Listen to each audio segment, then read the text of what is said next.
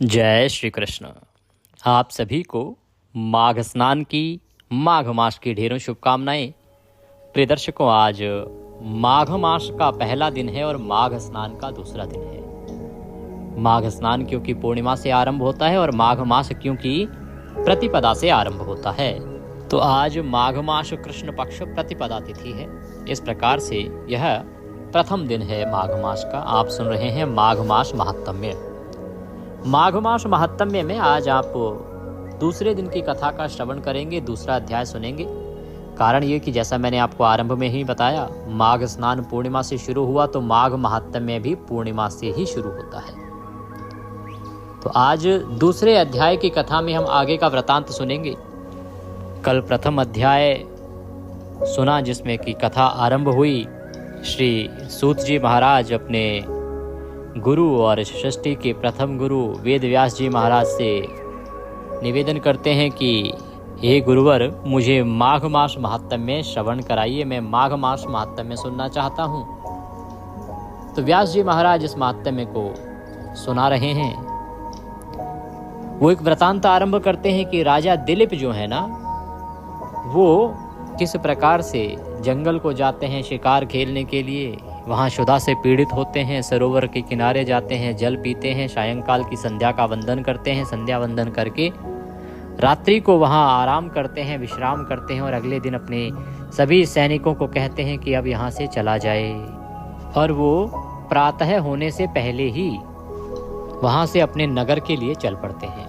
अब बीच में बहुत सारी घटनाएं घटित हुई। पूरा जो अध्याय है वो तो दोबारा सुनाया नहीं जा सकता, सार यही था। जब वो वापस जाने को होते हैं तो वहीं जैसे ही थोड़ा आगे चलते हैं तो एक ऋषि को देखते हैं। बड़े तेजस्वी ऋषि हैं, परंतु अनेकों वर्षों तक तपस्या में लगे रहने के कारण उनकी अस्थियां जर्जर हो गई हैं, उनका शरीर जर्जर हो गया है। क्योंकि जब आप अनेकों वर्षों तक कुछ खाएंगे पिएंगे नहीं तो शरीर तो जर्जर होता ही है। वो देखते हैं कि साधु जो हैं तपस्या में लीन हैं। अब ऐसे किसी साधु को यदि कोई भी अच्छा राजा देखेगा, जिसके विचार अच्छे हों, जो सदकर्म करता हो, तो वह रुकता है। इसी प्रकार से राजा दिलीप रुकते हैं, सारी सेना को रुकने को कहते हैं। वो ऋषिवर के समीप जाते हैं, उनको दंडवत प्रणाम करते हैं। ऋषिवर को दंडवत प्रणाम जब करते हैं तो ऋषिवर अपनी आंखें खोलते हैं। त्रिकालदर्शी ऋषि हैं, वो पहचान लेते हैं कि राजा दिलीप हैं। वो राजा दिलीप को आशीर्वाद प्रदान करते हैं। जो अतिथि का सत्कार किया जाता है उस प्रकार से करने के बाद राजा दिलीप को आसन देते हैं और राजा दिलीप से कहते हैं कि हे राजन, इस सरोवर को छोड़ के माघ मास में आप अपने नगर को जा रहे हैं, ये तो उचित नहीं है। माघ मास जैसा पवित्र दिन, पवित्र महीना और ये उत्तम सरोवर, आप इस सरोवर से दूर क्यों जा रहे हैं? जब ऋषि इस प्रकार से कहते हैं तो राजा हाथ जोड़ के निवेदन करते हैं कि ऋषिवर, मुझे माघ के विषय में कुछ ज्ञात ही नहीं है। ये माघ मास क्या है, इस सरोवर का इससे क्या है लेना देना, स्नान का क्या लेना देना है, कैसे ये होता है, क्या इसकी विधि है, क्या इसका फल है, क्या इसका महत्व है, मुझे तो कुछ ज्ञात ही नहीं है। मैं आपसे निवेदन करता हूं कि आप मुझे ये माघ मास का संपूर्ण महात्म्य श्रवण कराइए, आपका बड़ा कल्याण होगा। जिसकी आप इतनी भूरी भूरी प्रशंसा कर रहे हैं कि आप कह रहे हैं कि मैं क्यों माघ मास में इस सरोवर को छोड़ के अपने घर जा रहा हूं, तो उसका क्या महत्व है, क्या उसका महात्म्य है ऋषिवर, वह आप मुझे कृपया बताइए। इस प्रकार से राजा दिलीप उनसे निवेदन करते हैं और यहीं पर हमारा प्रथम अध्याय पूर्ण हो गया। आज हम इससे आगे का वृतांत श्रवण करेंगे कि कैसे ऋषि इस महात्म्य को बताते हैं, क्या इसकी महिमा है और किस प्रकार से ये जो वृतांत है आगे घटित होता है। आप सभी श्रद्धालुगण बड़े प्रेम से कथा श्रवण कर रहे हैं। मैं आप सभी का बहुत धन्यवाद करता हूँ, क्योंकि पिछले काफ़ी महीनों से मैं देख रहा हूँ कि आप सभी लगातार मेरे सभी महात्म्यों को सुन रहे हैं। मेरी सभी माताएं, बहनें, भाई, बंधु, सभी को मैं बहुत आभार प्रकट करता हूँ। प्रभु आप सबका कल्याण करें। आप सब जानते हैं कि मेरी 4 पीढ़ियां क्योंकि पांडित कर्म में बीती हैं, तो मेरे पास प्रभु की देन है, मेरे पूर्वजों की देन वो सभी ग्रंथ हैं जिनमें ये महात्म्य वर्णित हैं। इसीलिए मैं आपको ये सब सही विधि विधान से सुना पाता हूँ। तो आइए आज का अध्याय आरंभ करते हैं। आपसे निवेदन है कि यह माघ मास महात्म्य के दूसरे अध्याय का वीडियो है, तो कृपया इसे एक बार लाइक अवश्य कर दीजिएगा। माघ स्नान सफल बनाने के लिए, भगवान नारायण की प्रसन्नता के लिए, आशीर्वाद प्राप्त करने के लिए कमेंट बॉक्स में अवश्य लिखिए ओम नमो नारायणाय या ओम नमो भगवते वासुदेवाय। जितना लिखेंगे उतना कल्याण होगा। आप देख रहे हैं देवभूमि ज्योतिष संस्थान का प्रतिष्ठित यूट्यूब चैनल देवभूमि धार्मिक। हम यहाँ पर सभी व्रत और त्योहारों की सही शास्त्रीय जानकारी प्रदान करते हैं। ज्योतिष शास्त्र और पंचांग के आधार पर आपको बताते हैं कौन सी तिथि कब है, व्रत आदि कब करना है, कैसे करना है, क्या विधि, क्या नियम और क्या गलती नहीं करनी है। यदि आप सभी व्रत और त्योहारों की सही शास्त्रीय जानकारी पाते रहना चाहते हैं तो कृपया चैनल को सब्सक्राइब कीजिए और बेल आइकन को प्रेस कीजिए। जब आप सब्सक्राइब का बटन दबाएंगे तो वहाँ एक घंटी का निशान बना हुआ आएगा, उसे अवश्य दबाइएगा, तभी आपको हमारे सारे वीडियो प्राप्त होंगे, अन्यथा आपसे जानकारी छूट जाएगी।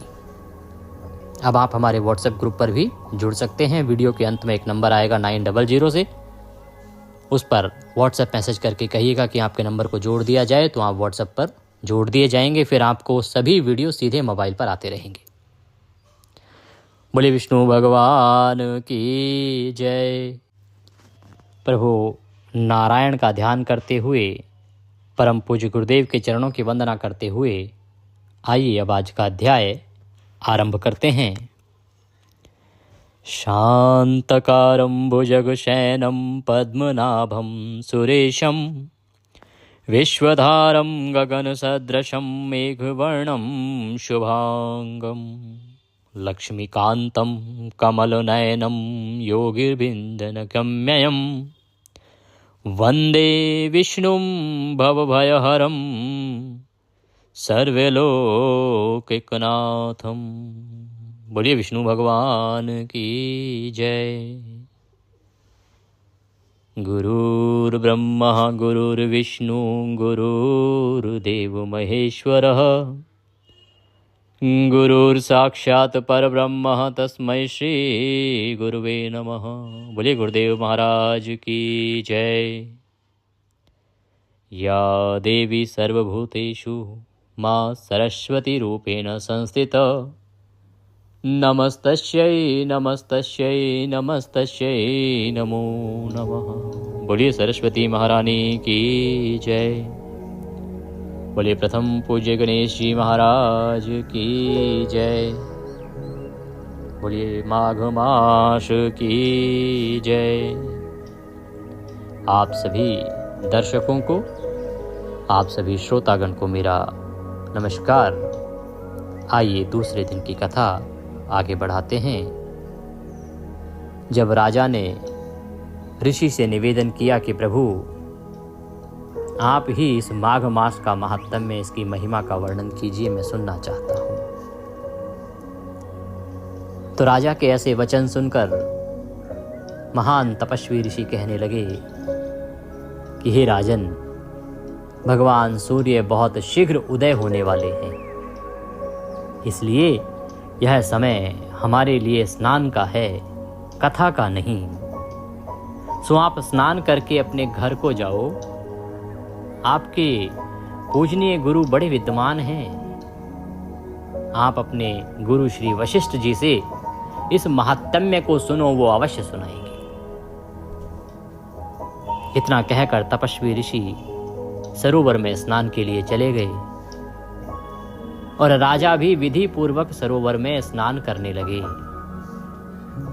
ऋषि ने स्नान किया, राजा ने विधि नियम पूर्वक उस सरोवर में स्नान किया।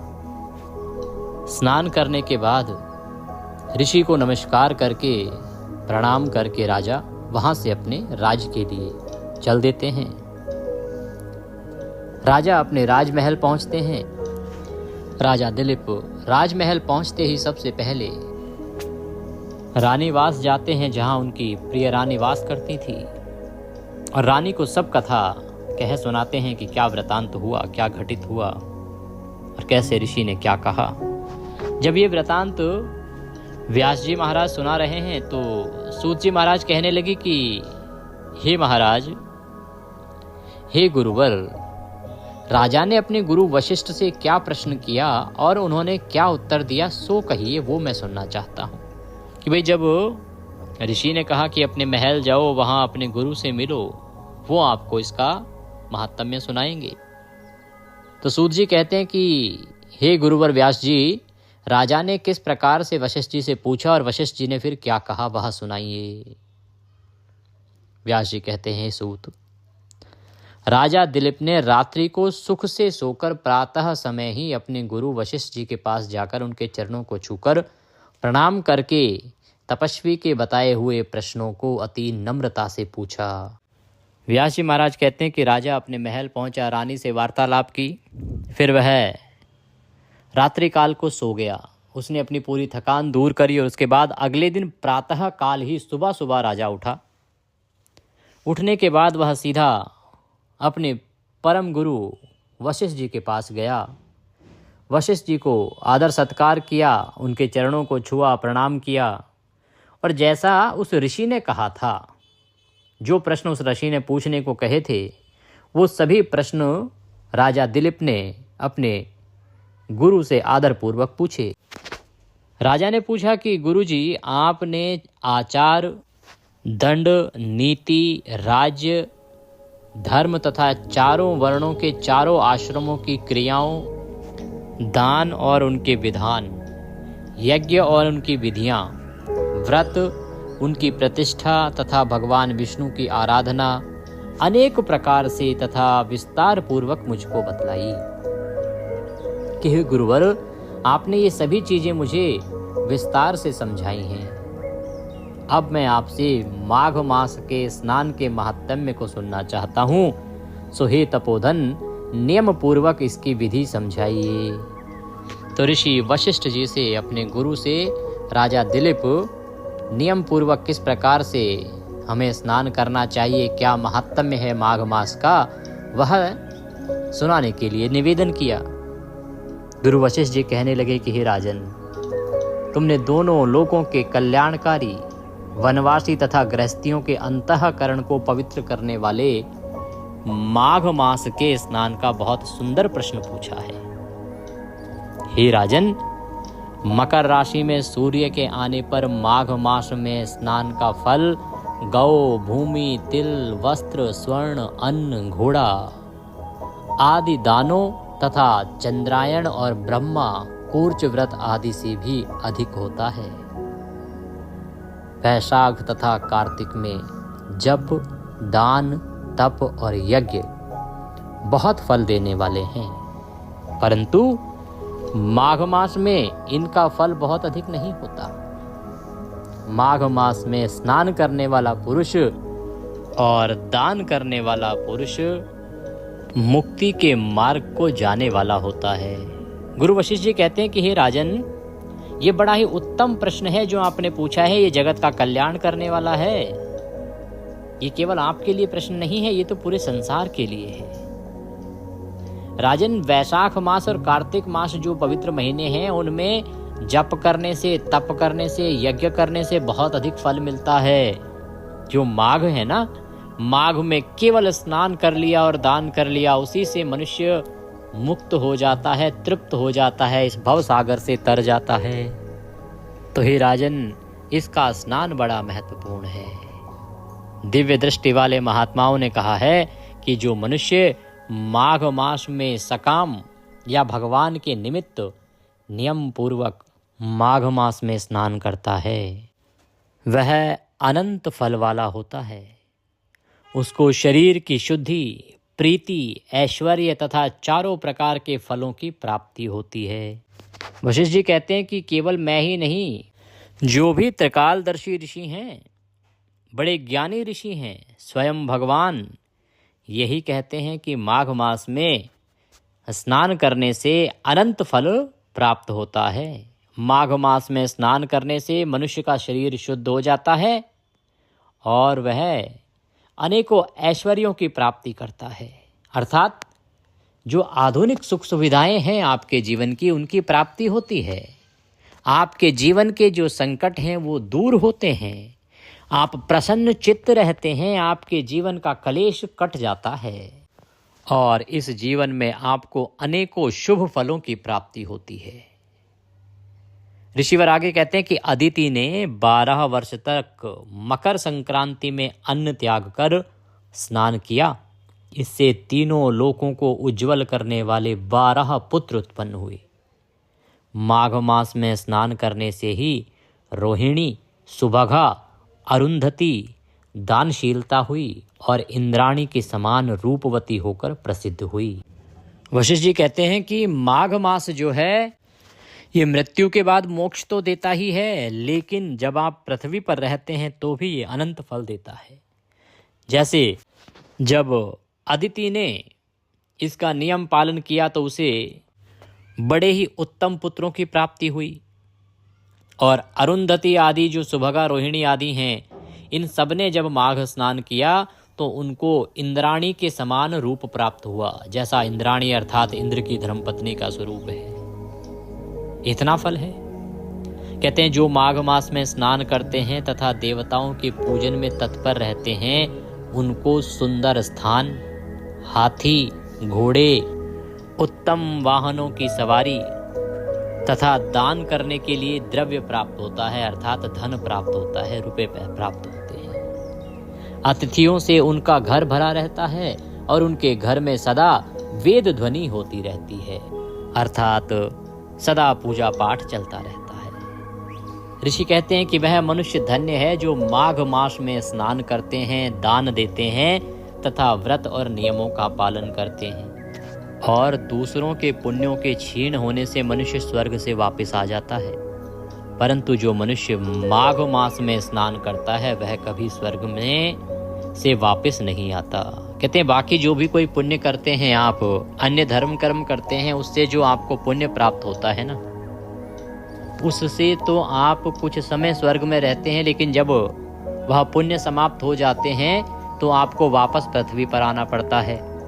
परंतु जो माघ स्नान करता है, इसका पुण्य इतना अधिक है और इतना अतुलित है कि माघ स्नान करने वाले को कभी दोबारा वापस आना नहीं पड़ता, उसकी तो मुक्ति हो जाती है, सदा वह स्वर्ग में ही वास करता है। इससे बढ़कर कोई नियम, तप, दान, पवित्र और पाप नाशक नहीं है। कहते हैं ना तो कोई ऐसा तप है, ना कोई दान है, ना कोई स्नान है जो इससे बढ़कर हो। ये सर्वाधिक बढ़कर पवित्र करने वाला और पापों का नाश करने वाला है। भृगु जी ने मणि पर्वत पर विद्याधरों को यह सुनाया था। तब राजा ने कहा कि ब्राह्मण भृगु ऋषि ने कब मणि पर्वत पर विद्याधरों को उपदेश दिया था, सो बताइए। ऋषिवर जो हैं वर्णन करते हैं कि एक बार भृगु ऋषि जब मणि पर्वत पर थे तो विद्याधरों को उन्होंने इस प्रकार से उपदेश दिया था। तो राजा के मन में प्रश्न उठाया कि भगवान ये क्या उपदेश था, क्यों उपदेश दिया गया था, उसके बारे में बताइए। तब ऋषि कहने लगे कि राजन, एक समय 12 वर्ष तक वर्षा ना होने के कारण, सब प्रजा क्षीण होने के कारण संसार में बड़ी उद्विग्नता फैल गई। हिमाचल और विंध्याचल पर्वत के मध्य का देश निर्जन होने के कारण श्राद्ध, तप तथा स्वाध्याय सब कुछ छूट गया। सारा लोक विपत्तियों में फंसकर प्रजाहीन हो गया। कहते हैं कि इतनी विपत्ति आई, सूखा पड़ गया, जिस कारण से पूरे प्रांत में ना तो धर्म कर्म होता था, ना कोई श्राद्ध कर्म करता था, ना स्वाध्याय करता था। सब छोड़ दिया लोगों ने, क्योंकि खाने के लिए ही कुछ नहीं था उनके पास। सारा भूमंडल फल और अन्न से रहित हो गया। पूरे भूमंडल पर, पृथ्वी पर कहीं भी ना अन्न मिला, ना फल मिले।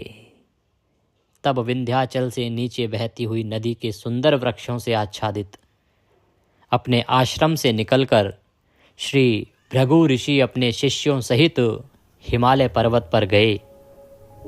इस पर्वत की चोटी नीली और नीचे का हिस्सा सुनहरी होने से सारा पर्वत पीतांबरधारी श्री भगवान के सदृश लगता था। पर्वत के बीच का भाग नीला और बीच बीच में कहीं कहीं सफेद स्फटिक होने से तारों से युक्त आकाश जैसी शोभा प्राप्त होती थी। रात्रि के समय वह पर्वत दीपकों की तरह चमकती हुई दिव्य औषधियों से पूरित किसी महल की शोभा को प्राप्त होता था। कहते कि वो जो हिमालय था बड़ा ही सुंदर था। उसके भीतर रंग दिखाई देते थे और जब रात हो जाती थी ना तो उसके भीतर जो चमकने वाली औषधीय पौधे थे वो इस प्रकार से चमकते थे जैसे महल में दीपक प्रकाशित हो रहे। वह पर्वत शिखाओं पर बांसुरी बजाती और सुंदर गीत गाती हुई किन्नरियों तथा केले के पत्तों की पताकाओं से अत्यंत शोभा को प्राप्त हो रहा था। बड़ा ही सुंदर था। कहते हैं कि जब भृगु ऋषि अपने आश्रम से निकले, क्योंकि उनका जो आश्रम था विंध्याचल पर्वत पर था, वहां पर तो कल नीचे नदी बहती थी, वहां बड़ा सुंदर उनका आश्रम था। जब वहां से वो ऊपर आए, पृथ्वी पे देखा, हर तरफ हाहाकार है, केवल सूखा ही सूखा पड़ा है, निर्जन हो चुकी है पूरी पृथ्वी, न खाने को अन्न है न फल है। जो लोग हैं वो भूखे मर रहे हैं और इस कारण से जप पाठ पूजा तप आदि सब कुछ छोड़ दिया है। तो ऋषिवर ने यात्रा की हिमालय की। हिमालय पहुंचे, बड़ा ही सुंदर हिमालय जिसका चित्र यहाँ पर प्रकाशित किया गुरुवर, उसकी महिमा बता रहे हैं कि कितना सुंदर हिमालय है जो पीतांबरधारी दिखता है, जिसमें दिव्य औषधियां चमकती हैं। उस हिमालय पर पहुंचे जहां पर्वत की शिखाओं पर बांसुरी बजाती और सुंदर गीत गाती हुई किन्नरियां हैं। केले के पत्तों की पताकाओं से अत्यंत शोभा प्राप्त हो रहा है वह हिमालय का सुंदर शिखर। कहते हैं ये पर्वत नीलम, पन्ना, पुखराज तथा इसकी चोटी से निकलती हुई रंग बिरंगी किरणों से इंद्रधनुष के समान प्रतीत होता था।